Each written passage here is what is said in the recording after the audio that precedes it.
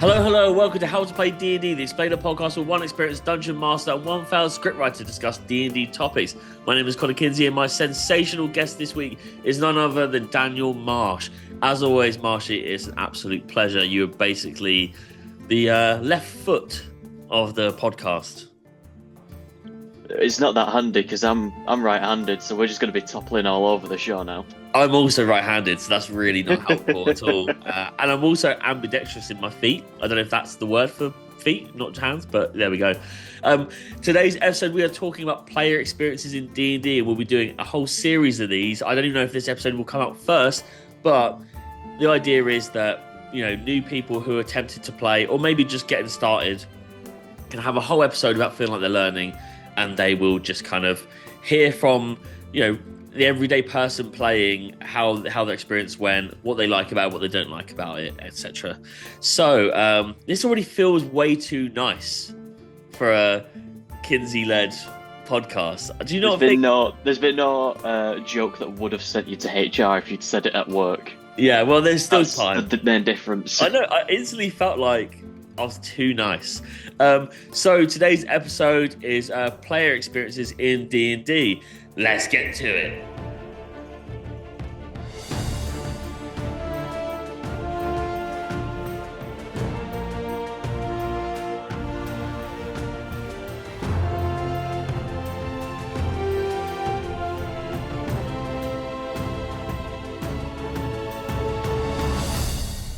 Okay, so player experiences, the one thing I can't appreciate because no one picks me. Marshy, why won't my uncle play submarines in the bath with me anymore? What am I doing? I think you just need a bigger bath, Kinsey. That's Maybe fair. a better uncle. Yeah. Oh, he's so caring and tender. I think that's the there we go. That's the line that gets me into HR. Yeah. Right. First question is first. Why did you first start playing D&D? What made you want to try it? Oh, well, this is going to be a fun little story, and forgive me if I've said it in our ramblings before. Let's have it. But it was actually when I met my friend Lars, a friend of the podcast who has yet to join. No Friend of matter the how podcast. much I keep mithering him, he won't join us. But we met at a board games night, my first time ever going to this board games night, and walking back, he asked me if I've ever played D&D, because he was running a campaign at the time. So I hadn't, and he asked me what class I thought I would play if I were to play. Said Druid, and he said, "Yeah, long hair, you look like a Druid player." I was like, "What the hell is that supposed to mean?" And then we stayed in we went out for Mackey's and we're chatting about D&D till about 1 a.m. when we eventually got booted out. And ever since then, I'd just thrown myself in the deep end. I'd got myself some dice at a little fair down the road. I'd got myself the PHB. Immediately joined Lars's introductory campaign, Mm. and as it is with everyone, it was not Ice Spire Peak. It was Lost Mines of Phandelver. Yeah. And of course, we unionized the goblins, as everyone should. Yeah, 100%. But that I've been hooked.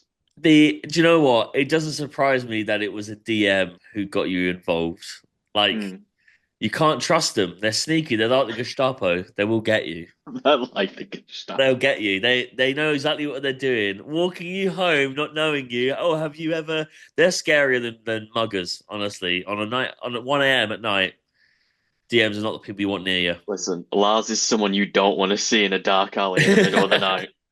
By the way, I have met Lars for anyone listening, and Lars is absolutely lovely. So Marshy's completely lying. Right, next question: is there a specific type of character you like to play? Like, is that? And by that I mean, like, for me, it doesn't necessarily matter about the class. The class is definitely up there as a question, but more so, like, is there a kind of personality you're drawn towards to be playing? To be honest with you, I can't say because I've only played 2 characters so far, and they're both drastically different. But I've ran for a lot. I've run games for a lot of players, so I can say the type of player that I like seeing the most, and that I think some of my players' characters have leached into how I play. Mm, I'll approach it that way, and okay. it's like personality. It's fun to explore. Because I think like each character is an extension of yourself, at least Yeah. one aspect, but you can just boom in a different direction once you've got that aspect.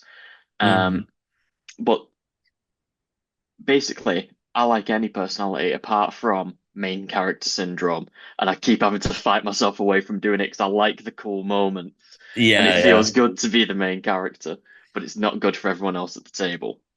It's tough, and also, do you know what? I mean, there's no right and wrong to a lot of D&D. You know, we even say that about Mm. the rules, but like, it's a DM at some point has to kind of make time that everyone gets their bit, and I think that's how you'll like feel that need that you're not getting because you're purposely making sure you don't take over the table. Do you know what I mean? Mm. So like, oh, and we all get it. I mean, you've DM'd for me where I'm playing, which is a character for my actual campaign I'm playing it, where I tested it at your table, where the character has no charisma, but is annoyingly charismatic, and the whole point of that is to be a bit like Star-Lord. Do you know what I mean? Like to be like the guy who really thinks he's the shit, but he's Mm. not. And so he has those moments of trying to be the main character, but not once does he ever get to have the moment because that wouldn't be very Star-Lord. Like Oh no. it's really hard teetering around that. But I mean, the questions are to you, but like that was me trying to fill in that gap of trying to have a character moment, but still always at a disadvantage for fun. I do think you did that one quite well as well, because you had like a big attack moment I remember in the final fight, and I think you'd set the tavern on fire, but it felt very much like Star-Lord falling on his face, Yeah, trying yeah. to do something cool. It was like, yes, set the place on fire, let's have this scrap. Now I'm in a burning building and I've doomed my friends. Exactly. Yeah, like And you immediately clicked. yeah, but I mean, exactly that. Like, I suppose I don't know why I'm lost for words. Like, I'm always trying to find a character that like can be fun at the table. I think that you do get people in there like pockets of what there'll be five people at the table, and everyone will kind of fill a cliche to a point. And I don't know, not using the word cliche in a bad way. I think there's like stereotypes that can fit in quite well, and you kind of need that. You need someone who will try and play the valiant, kind of heroic paladin or fighter or druid who's doing right by the forest. You need these kind of roles, and I'm always trying to not feel the class, but feel the personality that's missing. Do you know what I mean? Um, Yeah, but I think you hit the nail on the head there when you first started by saying, it's like an extension of yourself to a point, and then you find that boom from that to see what you want to play. I think that's actually really good advice. Actually, we will have topics specifically based on creating a character, but I thought that was really nice to hear that like you thought well, about it thank that you. much. Mm. Well, if you don't get me in on that episode, feel free to steal that one. But anyone listening will know where he's got the idea from. Yeah, if you're an avid listener, you know that actually Marshy is the backbone of this podcast, and I am just the face. Um, Are there any specific experiences for you that have stood out as a player?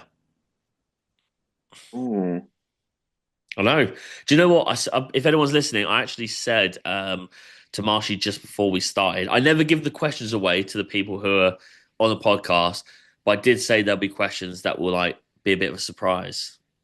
that is like it's a little philosophical. Like, I'll ask for clarification there. Do you mean Well, I'm like, good character moments are great moments for my character in the campaign?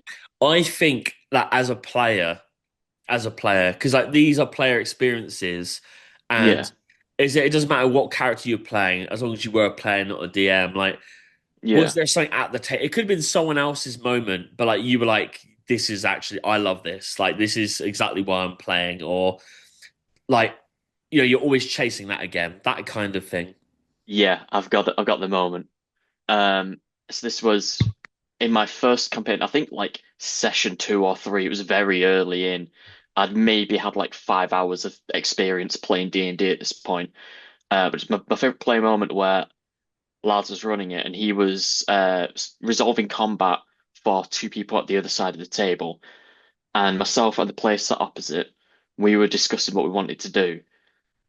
And we had this moment of synergy when we realized they were playing this like 6 foot tall siren like character, and I was playing a barely 3 foot tall rabbit folk, and we had this moment where it came to their turn, and we'd fully agreed, and it got the best response from Lars. They turned to Lars and just go, "I throw him," and point at me. And we got to Lars, his face dropped, like jaw hit the table. But we had this beautiful moment of like, this is going to be the coolest thing possible. Don't even Yeah. know if it's gonna work. Don't even know if it's just gonna go. No, that's stupid. But we got away with it. Oh, it felt so good. But I love chasing like the creative moments with other players, not just with the DM. I think they're honestly like the best moments. My favorite moments are like as a DM and as a player. As a player, it is doing something that's out of the box like I'm impressed that like I worked the brain. I didn't just do what I would do every turn or Mm. every town we go to or like you're really incorporating your role play, whether that's in combat or not, to like get someone else involved in a fun way, like you do every day with people. You're communicating all the time. It's weird that in D&D we can just separate ourselves like character by character so much, but then on the DM side of that, being surprised that the players have like gone that extra mile, do you know what I mean, and surprised me, whether that's good for me as a DM or not, like that's like the fun moments. And yeah, that must have been absolutely gold. Like it must have been gold. Oh, it was brilliant, and I'm very happy that the dice were in our favor that day as Oh, really? well. So success as well. So the DM is true. Like Lars is truly screwed when it comes to whatever you planned. Oh yeah, it was like bugbear boss, first mini boss of the campaign, and this little rabbit gets lodged at his head with two daggers. Mm. Immediately messes up his flow. Oh, it was excellent. So well, it kind of goes on to the next question slightly, but as a player, what kind of table of people are you chasing to play alongside? Because that was like we've all got Oh, the we I don't know. I keep getting lost for words on this. It's like trying to word it in the right way because there's definitely the kind of people you don't want to play with, right? It might, and they could be very different for everyone, but this spin on it isn't necessarily like, oh, I like playing with this person, but the type of person, like that synergy you were talking about, like if you're looking to join a campaign, you're doing a session zero, maybe a one shot, what is the kind of like relationship or synergy you're chasing, knowing that for that table to be a really good session? see, this might be a bit interesting, but I don't think there needs to be a pre-existing relationship between the Mm. players themselves. Yeah. Um, but I think if I were building a party of players and I was picking from people that I knew, I'd want at least one other person there who's going to take it serious. Okay. You always want one serious player to ground everybody, because otherwise you Yeah. devolve into chaos. But the rest of the party, I want a little bit of nonsense, Mm. because that's when you come up with the crazy stuff. Yeah. And you're like, Yeah. no, this will never work. But as long as someone's keeping everyone on track with the story, oh, that nonsense is brilliant, even in the most serious settings, because you need some levity. You need it to have some kind of fictional path. Like I know it literally is fiction, but like if you're playing it, you could be like whatever creature species you want, and like you could be casting stuff that's obviously not real and doing things against monsters that aren't real. But like if you're playing it like it's an everyday serious thing, that can be quite stale over time. I mean, it really depends on the Yeah. group. Like we just said, it's like what kind of table of people you're chasing. But like, yeah, I totally agree with you. Like, you need someone who kind of rounds everyone up after they've had that illogical fun to be like, right, you did the D&D bit. Now we're playing like the D&D bit. And, Yeah. how do they fit together so that the time goes fast and you're gutted it's already been 3 hours?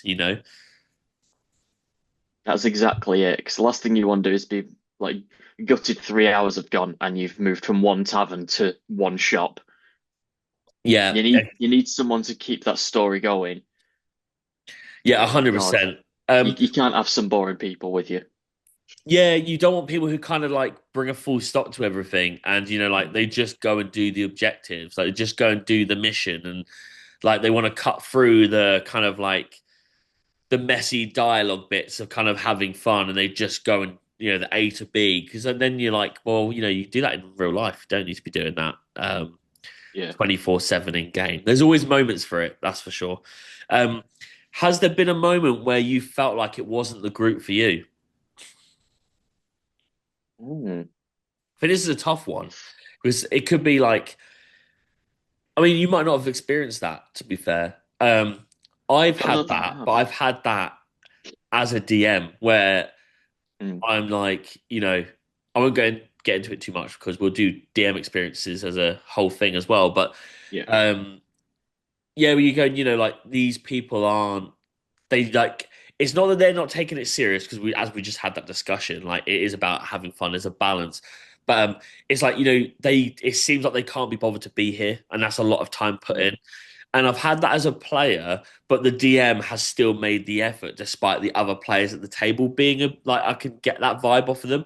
And because I'm still giving everything, and I know that DM's giving everything, you kind of pass it and it's fine.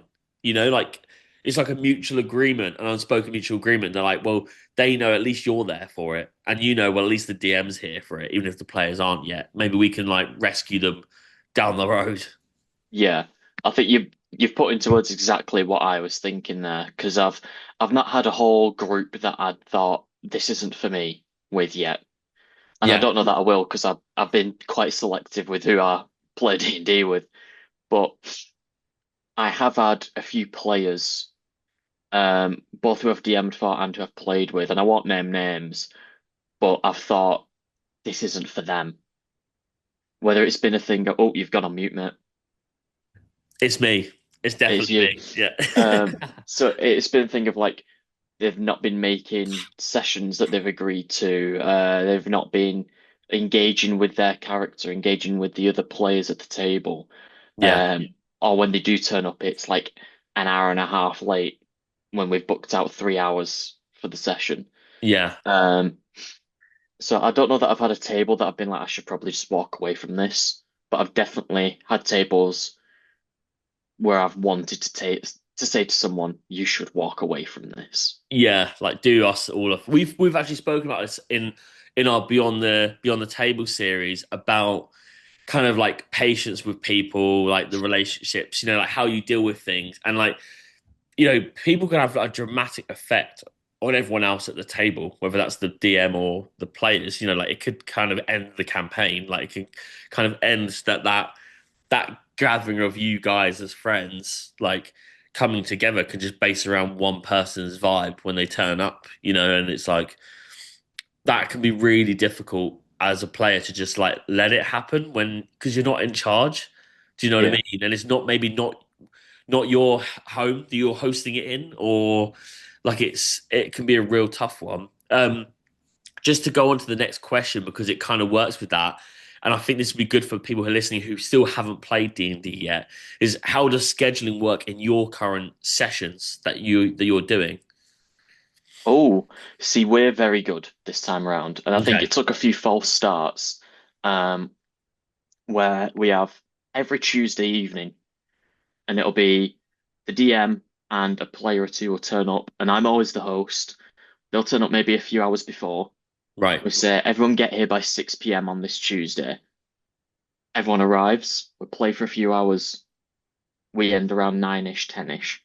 yeah, But when it's like exam season, because we're all students, right, we say, look, we might give it a break for a month, or we might do every other week. But we agree all together and we keep that evening free. And this is the first party where we've had that evening booked off free by everybody consistently. We've been very mm, good at it. Like there are like extenuating circumstances that has happened, I think, twice so far in this current campaign that I'm playing in. okay, Um, but those days we've said, yep, we'll still all want to hang out this evening, but because we don't want to do this campaign without you, yeah. we'll just have a board games night instead. And we've I kept it fun. as I've just said before, like we've actually talked about this on previous episodes together, but like it's so important to kind of keep the momentum. That momentum doesn't have to be playing every Tuesday. It could just be that we still do the time for when people turn up on that Tuesday and we get food, we play board games, we watch a film, we just go to the pub. It's literally just about keeping people. It is so hard as an adult to like keep everyone in your life. You're doing things you Yeah. want to rest, and like D&D requires you to keep people in your life. I think that's what people really struggle with. And so yeah, I think that's a really good, like, it's great that you guys have been able to keep that, like, that mentality of like ensuring whether you don't want them to miss out. So let's all still get together. Let's keep that momentum going, regardless of what it is. Oh, absolutely. Because once you let that ball stop rolling, it is difficult to get it going again. Yeah, it's tough. I've got one more question, but I've just thought of another question. So I'm going to ask Ooh, my shoot. original last one, and then I'll ask you my final one. Okay. What is the dream setting you'd love to play in? Oh, see, I'm gonna I'm gonna tee myself up here for a Okay. longer episode in the future, and I think you know what my answer is going to be Yeah. because I've ran a campaign in this setting before, and I'd love to do it as a player because there's something my players just fundamentally missed about the whole setting, and it is the Dishonored setting, the Empire of the Isles. Right. Okay. I knew it was going to be that. I'm surprised that you would go back to that so soon. I mean, is it like what were they missing as a player, or should we keep that for an episode? See, I won't go into the details, but Yeah. I will go like give you a quick brief on it, and Yeah. it's they completely forgot about the Y-axis. Right. Okay. All So right. if anyone's played the Dishonored games who's listening, you'll know like sewers and like roofs, massive component to traversing through the cities. My Yeah. players didn't think of it once, but They I'm not just played going it to like hand it them on the plate. they played it like regular 5e, I suppose. That like you just got this part, like kind of like bottlenecked path. Um, Exactly. yeah. I mean that's I it's I'd tough. love to go into this as a player, knowing what can be done with the space. Yeah. Yeah. Yeah. And did you set that up as a DM that there were options for that? Oh yeah, I'd made like customized versions of like Misty Step, which makes sense for different character abilities. Right. But I made sure in all of them there was like an emphasis on how far you can go up and down and then Mm. across. I had that distinction, but nobody ever used it. Well, I mean, you can only do what you can do. You can only do what you can Yeah, do. They probably missed out quite a bit then, with that sense. Well, it's good to know that at some point we'll have to go into Dishonored with you as a player. That's for sure. The final question then that wasn't on here, but I think it's quite. I might put this in for all the other player experience episodes. Is what kind of like advice would you give to someone who's looking to get into D&D? read the PHB. Read the player's handbook. Read the PHB. I'm begging you. Yeah, No, fair enough. that's my advice as a DM. No, my advice as a player is just to get stuck in. The easiest way to learn is by doing. The best Yeah. people you can play with are the people you can get at the table. Just get stuck in, have some fun. You will get your perfect game in the future. Yeah. And you know what? Half the time is what you make it. If you're not putting 100% in, you won't get 100% out of it. Um, Exactly. it's so crucial. Some of the best games where I'm not feeling it, and then someone else has been at that peak of their playing, and that's got me in, and then I've had the best time of my life. Do you know what I mean? So Yeah, it's not all about you bringing it to the table, but it really does help, or at least be enthusiastic enough, regardless of the situation you're in when you turn up that day to get involved. And that's the same as if you've never played. You can only know if you enjoy it if you try it. exactly. Okay, well, without further ado, then that was actually a really nice kind of heartfelt episode. So I think, unfortunately, I might grow to be a better person if we keep doing these player experience episodes. It's horrible to think that I could Ooh, develop. corrupt yourself. Yeah. What have I become? Today's adventure is sadly coming to a close. We're back again next week with a topic: Are dragons the magnum condom of the lizarding world? And as always, thank you for. Hey, I saved it. I saved it. And as always, thank you for tuning in. And if you'd like joining on the D&D action, then please follow us on Instagram at How to Play D&D, or check out the link in our bio to join our Discord server, where me and Marshy give 100%, 110% of our lives bleeding out with questions of the days and tagging people to try and get them involved in sessions and whatnot. And also check out the Black Mark clothing on Instagram for D&D clothing, which is very cool, and the website blackmarkclothes.com. I think I've said that in the roundabout way, I hope. Yeah, it's in link trees somewhere. It's in link trees everywhere. You can't miss it. We want to just give you cool D&D clothing. I've been Connor Kinsey. I've been Marshy. Good day.